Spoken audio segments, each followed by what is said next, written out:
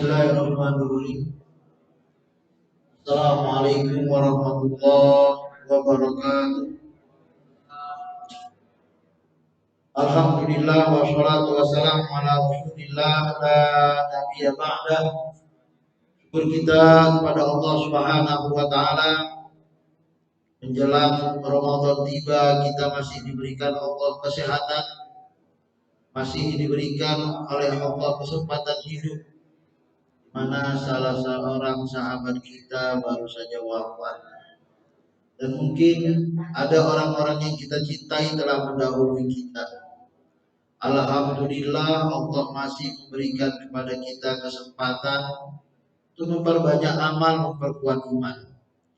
Shalawat dan salam kita sampaikan kepada Nabi Muhammad Sallallahu Alaihi Wasallam, manusia yang paling bahagia di dunia dan memegang kunci surga di akhirat. Moga-moga kita dapat bahagia di dunia dan dilayakkan ditempatkan Allah di surganya. Amin amin ya rabbal alamin. Terima kasih kepada Bapak Ibu orang-orang tua kami yang telah hadir pada hari ini. Terima kasih kepada BKM Masjid Al-Muhajirin. Moga-moga kajian kita menambah iman, menambah amal soleh, dan menambah kebahagiaan. Bapak Ibu yang dirahmati Allah, masih dalam surat As-Sajdah, surat 32. Hari ini kita berada di puncak dari surat As-Sajdah itu. Kenapa nama surat ini disebutkan dengan surat As-Sajdah? Karena ada anjuran dan perintah untuk sujud. 4 kiat mencapai kebahagiaan adalah tema yang akan kita bahas, dengan kesimpulan bahwa kebahagiaan itu ketika kita proaktif atas perintah Allah dan melakukannya atas dasar keikhlasan tanpa ada kesombongan. Yang kedua, untuk mencapai kebahagiaan itu rupanya terletak pada sholat malam atau sholat secara umum lah ya. Ya, sholat malam itu berarti memang sudah menikmati sholat sehingga dia sudah mendapatkan kebahagiaan. Yang ketiga, kebahagiaan itu rupanya bisa berdoa. Bukan permasalahan dikabulkan atau tidak doa kita. Bisa menjadi hamba yang berdoa itu saja adalah kebahagiaan. Karena kita punya Tuhan dan kita tahu kepada siapa kita meminta. Itu bahagia itu. Dan yang keempat, kebahagiaan itu saat kita bisa berbagi kebahagiaan kepada orang-orang yang kita cintai atau kepada mereka yang lebih membutuhkan dan memerlukan. Mari sama-sama kita membaca firman Allah Subhanahu wa taala ayat 15 sampai dengan 17 dari surat As-Sajdah ini. Kita mulakan dari ta'awudz. A'udzu billahi minasyaitonir rajim. Bismillahirrahmanirrahim. Innama yu'minu bi ayatina allazina idza dzukiru biha kharru sujada wa sabbahu bihamdi rabbihim wa hum la yastakbirun. Tatajafa junubuhum 'anil madaji'i yad'una rabbahum khawfan wa tama'an wa mimma razaqnahum yunfiqun.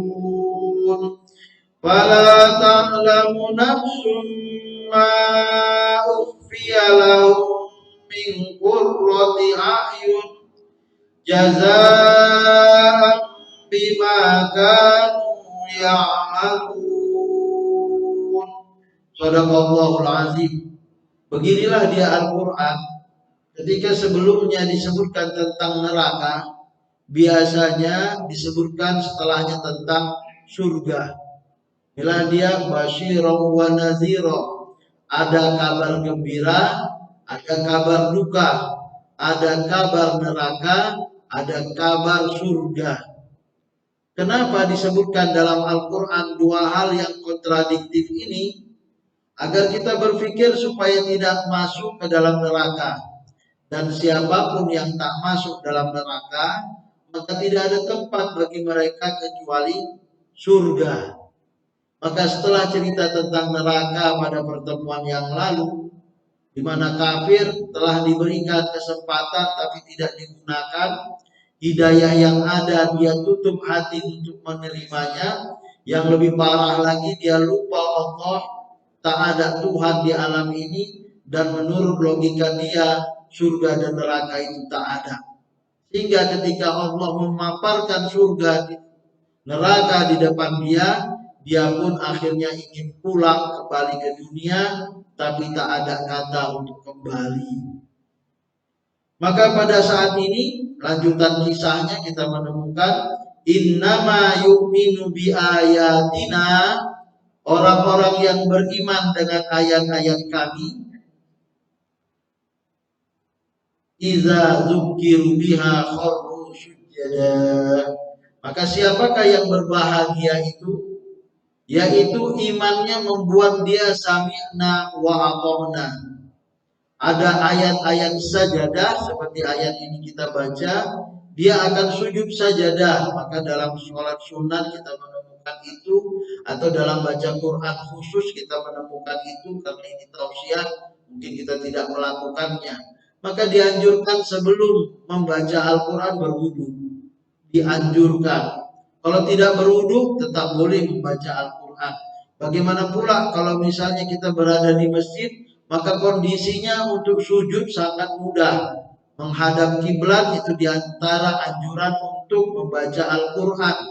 Sehingga letakkan di samping Al-Qurannya sebentar, tempat yang agak tinggi, sujud, kemudian lanjut baca Al-Quran Karim. Sebagaimana kita sholat disunatkan, dianjurkan untuk baca sajadah di subuh Jumat. Ya, habis itu balik lagi, lanjutkan bacaan. Qarru sujada, apabila diperingatkan kepadanya ayat-ayat kami, mereka menyungkur sujud.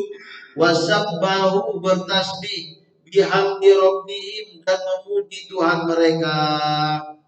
Ini berbeda 100% atau 180 derajat dengan orang kafir pada pembahasan sebelumnya, di mana mereka melupakan Allah.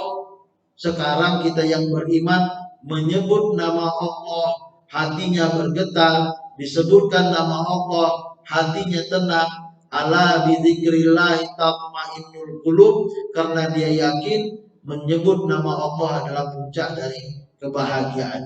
Wahum la yastakbirun, dan mereka tidak sombong. Tadi sudah direkam atau? Oh ya, masih.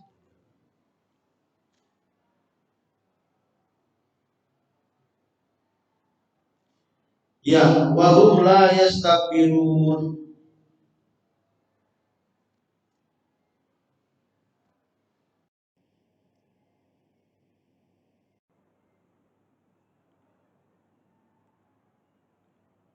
Dan mereka tidak menyombongkan diri.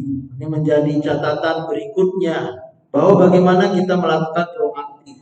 Bapak Ibu yang dirahmati Allah, proaktif seperti tadi ada sedikit kasus ya. Jadi bagaimana kita proaktif kalau rupanya HP kita hidup? Jadi matikanlah, jangan sampai lama. Jadi matikan saja. Menurut pendapat Imam Syafi'i tidak boleh 3 langkah bergerak, itu kalau tak penting. Tapi kalau penting bolehlah. Daripada mengganggu orang, lebih bagus kita matikan. Masbuk tertinggal 1 rakaat pun tak apa.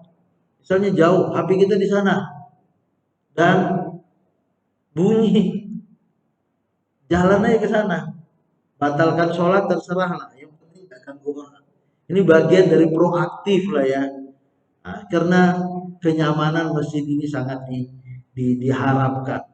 Batalkah itu? Menurut mazhab Imam Malik, ketika dia darurat sebanyak apapun gerakan kita nggak batal. Menurut Imam Syafi'i 3 langkah berturut-turut batal, maka bertahap, gerakannya bertahap. Tapi kalau memang harus batal, tak apalah daripada mengurangi kenyamanan bagi yang lain. Ini teknis sekali dan saya rasa ini perlu diinformasikan supaya kenyamanan itu dapat. Ini termasuk bagian dari proaktif lah ya. Ya, apa sih doa waktu sujud tilawah itu? Sajadah wajhiya lillazi khalaqahu wa sawwarahu wa sam'ahu wa basarahu fatabarakallahu ahsanul khaliqin. Kalau saya nggak hafal Pak Ustadz ya dihafal lah. Sajadah wajhiya lillazi khalaqahu wa sawwarahu wa sam'ahu wa basarahu fatabarakallahu ahsanul khaliqin. Bersujud wajahku kepada Tuhan yang menciptakannya dan membelah pendengaran dan penglihatannya dengan daya dan kekuatannya. Maha suci Allah sebaik-baik pencipta. Mereka sujud tunduk patuh kepada Allah serta khusyuk. Jadi ada dua ya, pemahaman pertama secara tersurat sujud, pemahaman kedua adalah secara tersirat tunduk patuh kepada Allah. Sami'na wa ata'na. Disunatkan mengerjakan sunat tilawah, sujud tilawah. Kalau nggak melakukan, namanya juga sunat. Dilakukan dapat pahala, tak dilakukan tak apa-apa. Apabila membaca atau mendengar ayat-ayat sejadah seperti ini. Ya, biasanya untuk Quran terbaru ada gambar kayak pintu gerbang gitu ya. Kalau Quran lama tak ada. Dan ada garis. 4 kiat mencapai kebahagiaan. Pertama, proaktif. Disuruh sujud, sujud. Dilarang, ditinggalkan. Diperintahkan, dia lakukan. Ini orang yang beriman. Dan inilah dia bahagia. Kenapa kita mau kali mendengarkan perintah Allah? Karena dia Tuhan kita. Kenapa kita mau taat pada ayah emak? Karena dia orang tua kita. Sederhana. Dan orang tua takkan mungkin menginginkan kejahatan bagi anaknya kecuali orang tuanya sudah rusak mentalnya. Tapi tidak dengan Allah. Allah takkan mungkin mengajarkan, memerintahkan sesuatu yang menyusahkan, memberat, mempersulit hambanya. Maka tidak ada kata atas perintah Allah kecuali sami'na wa ata'na. Yang kedua, sholat malam akan kita bahas pada ayat berikutnya, doa dan berbagi. Sikap manusia seharusnya sudah dapat berendah hati dengan bersyukur kepada Allah. La yastakbirun. Karena kesombongan ini pada pertemuan kita yang lalu membuat semua amal baik kita jadi nol. Tergerus dia. Sombong, angkuh, iri hati, bagaikan iblis yang begitu taatnya bagaikan merak di kalangan malaikat, akhirnya terusir dari surga karena kesombongan. Mudah-mudahan Ramadan kita ini membuat kita lebih humble, lebih rendah hati, tidak sombong. Amal baik kita itu hubungan vertikal kita dengan Allah, bukan untuk disombongkan, bukan untuk diangkuhkan, apalagi menjengkali amal baik orang. Ya dia dengan orang, dia dengan Tuhannya lah. Karena ada seorang ulama berkata, aku melihat banyak penjahat di surga dan aku melihat banyak ulama di neraka. Kata, ya Allah, nggak bisa. Karena penjahat ini beristighfar, bertobat habis-habisan sehingga wafat dalam keadaan husnul khotimah. Sementara ulama, orang yang taat beribadah ini sombong angkuh sehingga wafat dalam keadaan su'ul khotimah. Na'udzubillah min dzalik. Ya, yang pertama proaktif. Mau mendengar ya. Yang kedua, tatajafa junubuhum anil madhaji. Lambung mereka jauh dari tempat tidurnya. Kalau cerita lambung junubuhum, junub, zuhur, ada ini belakang ya, zuhur depan. Jadi belakang dia itu jauh dari tempat tidur, madhaji. Ini pemahamannya dua lah ya. Pemahaman pertama yang mungkin agak jauh, habis makan jangan tidur gitu ya. Nah, kalau sudah kenyang jangan tidur dulu. Rupanya ini nggak sehat. Yang kedua inilah yang dimaksudkan, yaitu qiyamul lail. Jangan terlalu banyak tidur, tapi bukan pula berarti kurang tidur. Agama kita menganjurkan tidur siang supaya bisa tahajud malam. Habis Isya Nabi Muhammad biasanya tidur. dan dia tidak menyambut tamu setelah Isya, kalaupun ada setengah jam lah. Habis itu tidur supaya nanti dia lebih cepat bangun sebelum sholat subuh atau azan subuh tiba. Dan ini adalah eh, kebiasaan yang baik.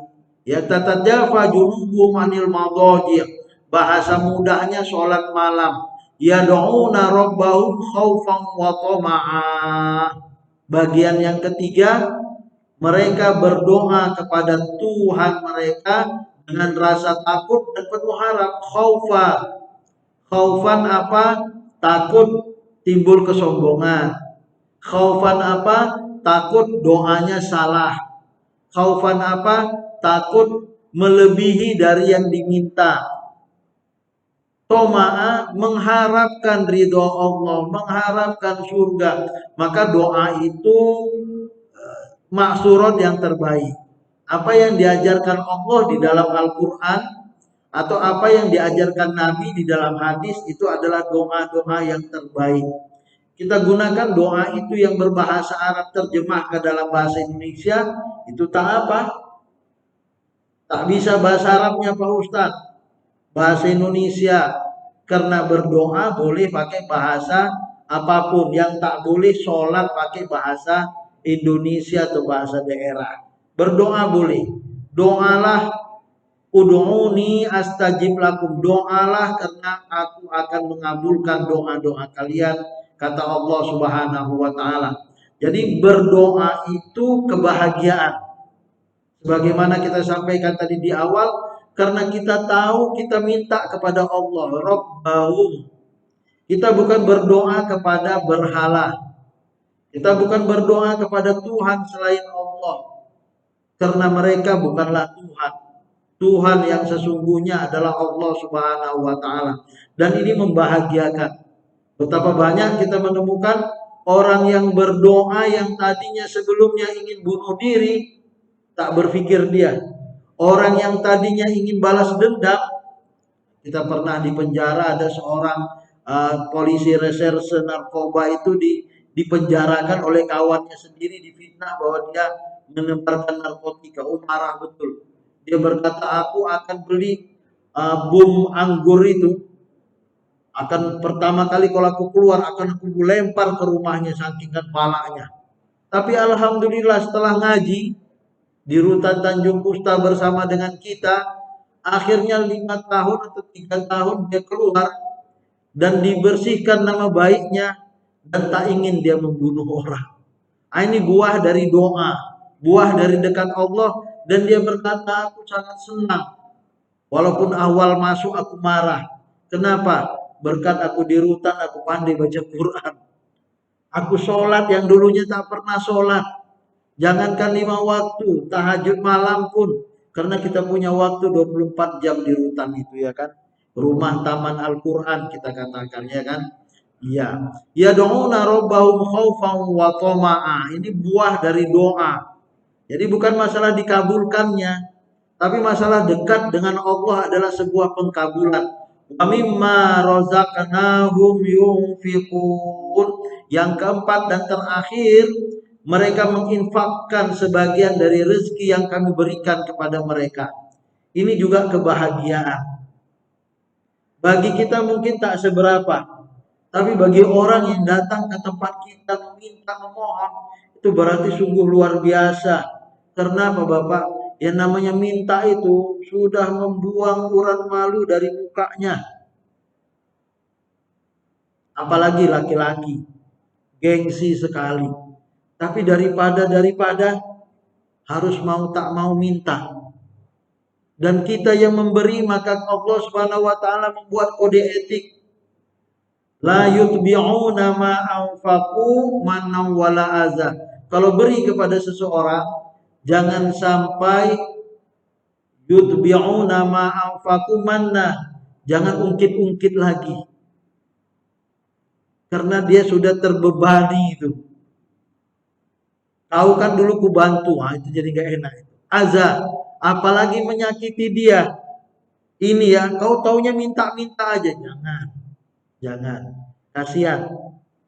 Habis amal ibadah kita. Maka Yunfiqun adalah fi'il mudhari, present continuous tense. Yad'una present continuous tense. Ini dilakukan bukan sekali. Ya udahlah, kenapa kok nggak doa? Yang kemarin aja belum dikabulkan Tuhan katanya ya kan? Nggak begitulah. Setiap sholat berdoalah. Karena doa ini bukan permintaan dan permintaan, tapi doa adalah ketundukan hamba kepada Allah Subhanahu wa taala. Enggak doa saja Allah sudah beri. Bukan berarti doa kemarin belum diberi, salah. Apa sih kita minta? Kita minta sepeda motor nggak dapat-dapat Pak Ustaz. Ya Allah, badanmu sehat itu sudah triliunan diberikan Allah padamu. Kalau mau sepeda motor kan kumpulkanlah uangnya kan. Nah, beli kredit atau beli second lebih bagus daripada kredit gitu ya kan. Nah, ini kan caranya teknisnya saja. Bukan berarti Allah akan turunkan sepeda motor dari langit. Ya enggak lah. Nah, mau naik haji ya tabunglah. Inilah dia present continuous tense. Kenapa kita harus selalu membantu dan berdoa? Karena cara dikabulkan doa diantaranya dengan membantu urusan orang lain. Kita bantu orang lain, Allah akan bantu kita. Wallahu fi aunil abdi madamal abdu fi auni akhi. Allah akan menolong kita selama kita menolong orang lain. Maka kenapa doa dengan infak ini dekat hubungannya di sini. Sholat khusyuk, doa bagus, infak oke, insya Allah bahagia. Insya Allah bahagia. Inilah ayat ke-17 yang akan kita bahas setelah ini.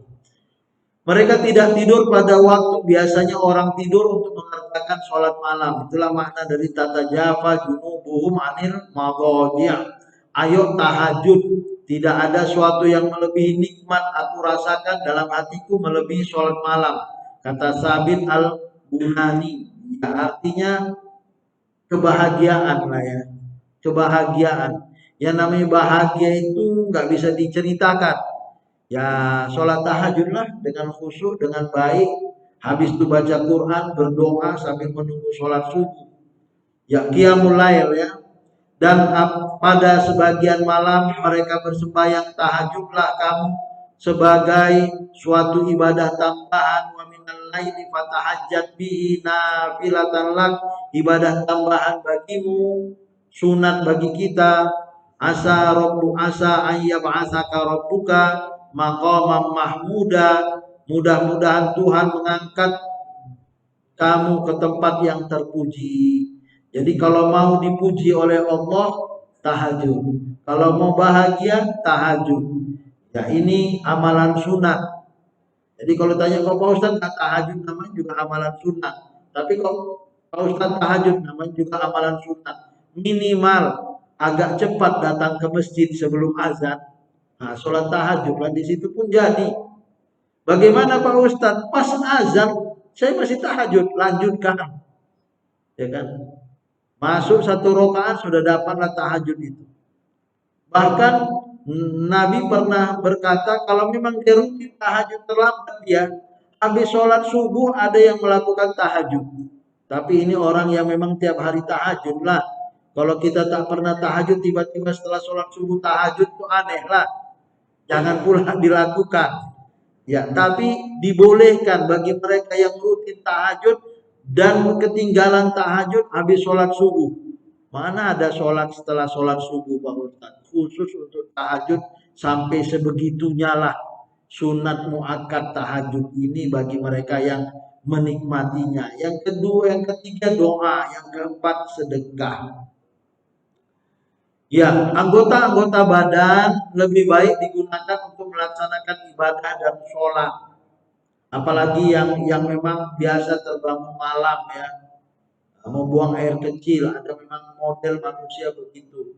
Ya sudahlah, sudah bangun malam, nggak tahajud, minimal banyak zikir. Kalau paling malas, aduh masih ngantuk, sambil ke kamar mandi berzikirlah. Apapun bentuk zikirnya, walaupun ada zikir maksurat yang dianjurkan. Tapi apapun kita ucapkan di malam hari itu, Zikir dan doa itu minimalis lah, kalaupun tak tahajud. Ya, terutama pada waktu malam. Ibadah mereka tidak saja diperlukan dalam sholat. Ibadah itu bukan sholat, tapi sholat adalah ibadah yang sangat urgen. Tapi juga dalam tingkah laku sehari-hari, muamalah kita, dalam bersedekah, sesuai dengan karunia yang mereka terima dari Allah. Tentu saja semua orang punya level rezekinya masing-masing, tapi sedekah adalah yang paling bagus. Sedikit ataupun banyak itu relatif. Karena ini mendatangkan kebahagiaan. Terakhir, fala ta'lamu nafsum ma ukhfiya lahum min qurrati a'yun.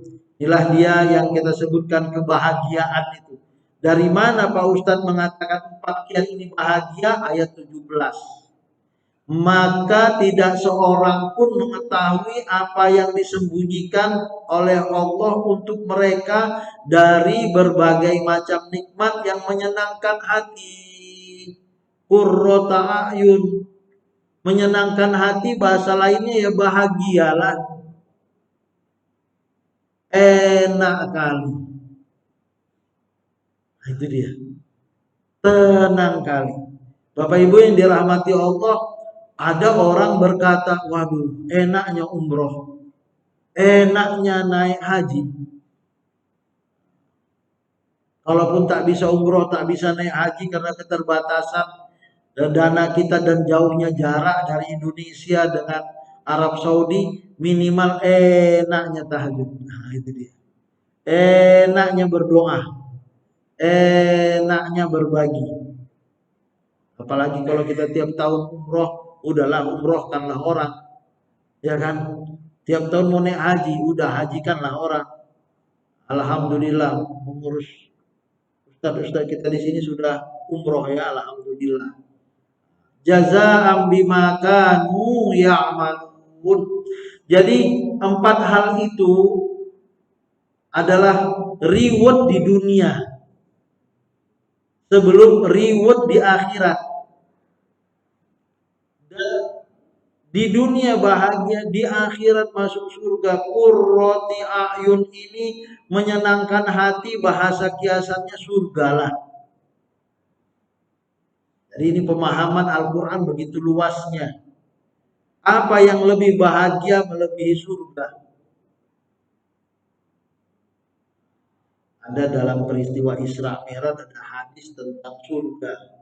Tambah dideskripsikan, tambah hambar nampaknya. Nabi Muhammad Isra Mi'raj benar. Tapi cerita tentang surga dan neraka itu masih bisa dipertanyakan. Ada orang mengatakan cerita di dalamnya itu mengandung hadis-hadis yang lemah. Yang paling kuat firman hadis Nabi, mala ainun ro'at, surga tak bisa digambarkan dengan mata, wala uzunun sami'at, tak bisa disampaikan dan didengar oleh telinga, wala khatara ala qalbi bashar, dan tak pernah terbetik di dalam hati manusia. Maka yang paling layak mendeskripsikan surga Al-Quran lah. Yang mendeskripsikan neraka paling mantap adalah Al-Quran. Ya, dan Nabi Muhammad dengan hadis-hadis yang sahihnya. Jazaa'an bima kanu ya'malun. Bapak Ibu yang dirahmati Allah, sebenarnya malu kita cerita upah dengan Allah Subhanahu wa taala. Karena membayar mata saja, ini mata anugerah Allah. Dengan seluruh amal ibadah kita, fungsi mata ini masih belum terbayarkan. Itu baru cerita mata sebelah, mata dua-dua, tangan kaki ya sudah tak terbayar lah.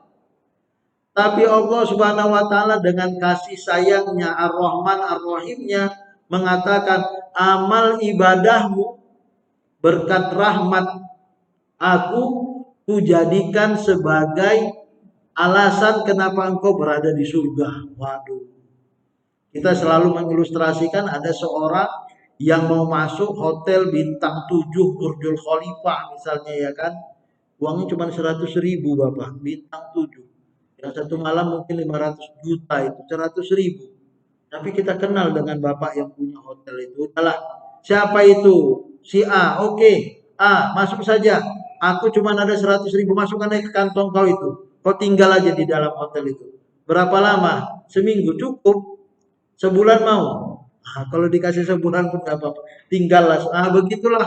Jazaa'am bima kanu ya'malun. Ini bukan balasan dalam arti sesungguhnya. Karena malu kita. Bawa uang 100.000 untuk tinggal di satu kamar 500 juta per hari. Kita minta seminggu dikasihnya sebulan. Begitulah rahman dan rahimnya Allah Subhanahu wa taala, walillahil masalul a'la. Bima kanu ya'malun, amal adalah qaulan wa fi'lan, kita sebutkan ucapan kita la ilaha illallah qaulan, dan amal yang kita lakukan seperti 4 hal tadi membuat kita mendapatkan bonus, bukan saja bonus lah namanya ya. Kalau bonus itu seperti gaji. Ini mungkin 100 kali lipat dari gaji pertama gitu ya. Wah, inilah dia namanya bima kanu ya'malun. Alhamdulillah masuk surga bersama keluarga. Itulah dia harapan kita, qurrata a'yun. Kita mengatakan waja'alna lil muttaqin Rabbana hablana min azwajina wa dzurriyyatina qurrata a'yun. Bagaimana istri, suami, anak-anak menjadi hal yang sangat menyejukkan mata, membahagiakan, sehingga tidak saja bahagia di dunia, tapi kami berkumpul kembali di surga. Amin amin ya rabbal alamin. Dalam keadaan sekarang, sukar sekali mukmin membayangkan kebahagiaan ukhrawi itu. Apa yang sebenarnya menunggu mereka pada hari kemudian. Tapi kebahagiaan dunia bukan berarti tak mengalir kepada kita. Inilah dia bahagia di dunia sebelum dilayakkan Allah kita masuk surga di akhirat. Surga itu indahnya tak terbayangkan. Maka Bapak Ibu yang dirahmati Allah, kita berada di penghujung dari pertemuan kita. 4 kiat mencapai kebahagiaan. Pertama, proaktif. Apa diperintahkan oleh Allah lakukan dengan semaksimal mungkin, dan jangan dilakukan karena unsur kesombongan, tapi ikhlaskanlah. Yang kedua, sholat malam. Ketiga, berdoa. Dan keempat, berbagi, berinfak, zakat, sedekah, wakaf, apapun itu namanya. Rendah hati dengan bersyukur pada Allah. Ibadah tidak saja sholat, tapi juga seluruh tingkah laku kita sehari-hari. Puncaknya tetap sholat ya. Surga itu indah dan tak terbayangkan. Bapak Ibu yang dirahmati Allah, inilah yang dapat kita sampaikan. Jika masih ada waktu bagi Bapak Ibu yang ingin bertanya, kami persilahkan.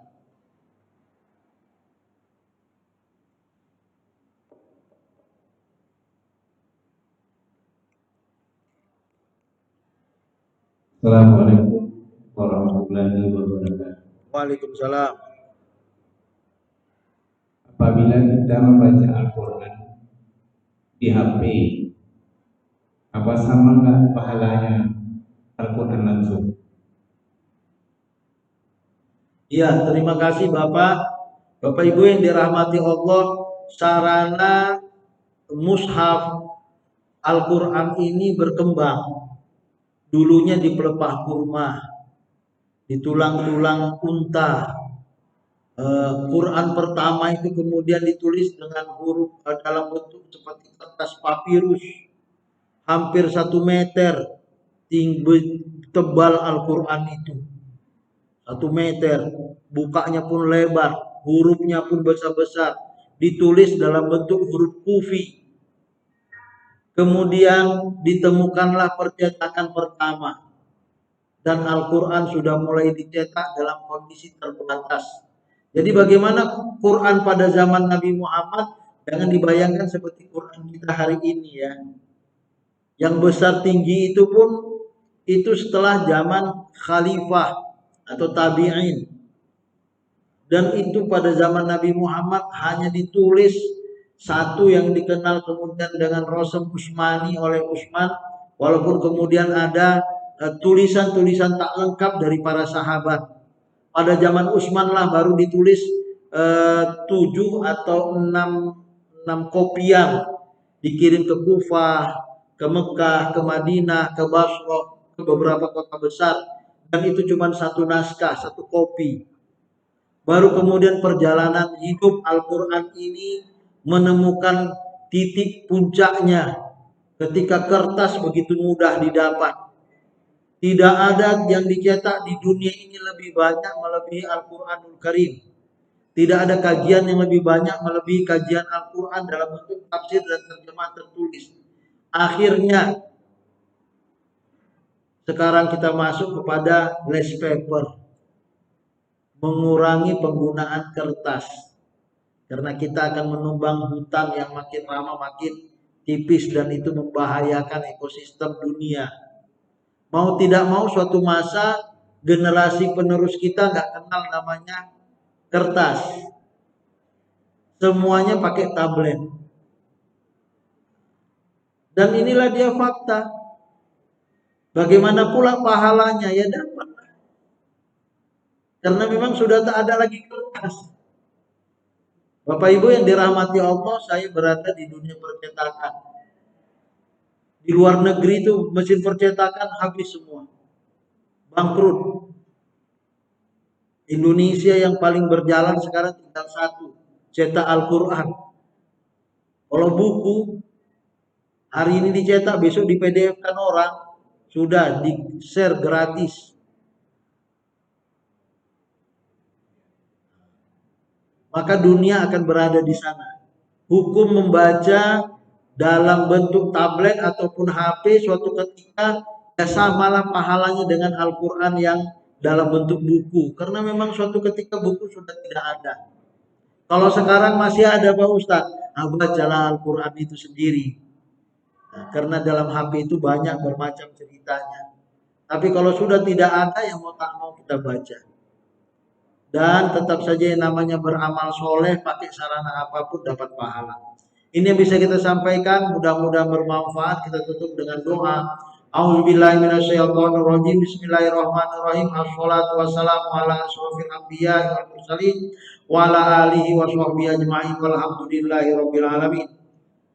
Allahumma ja'alil Qur'an al-'azim rabi'a qulubina wa nura sudurina wa jalaa ahzanina wa dhahaba humumina. Allahumma habib ilainal iman wa zayyinhu fi qulubina wa karrih ilainal kufra wal fusuq wal 'isyan wa ja'alna minal rasyidin. Allahumma ja'al jam'ana hadza jam'an marhuma wa tafarruqana min ba'dihi tafarruqan ma'suma. Rabbana hab lana min azwajina wa dzurriyyatina qurrata a'yun waj'alna lil muttaqina imama. Rabbana atina fid dunya hasanah wa fil akhirati hasanah wa qina azabannar. Subhana rabbika rabbil izzati amma yasifun wa salamun alal mursalin walhamdulillahi rabbil alamin. Taqabbalallahu minkum minna wa minkum taqabbal ya karim. Terima kasih, mohon maaf. Wassalamualaikum warahmatullahi wabarakatuh.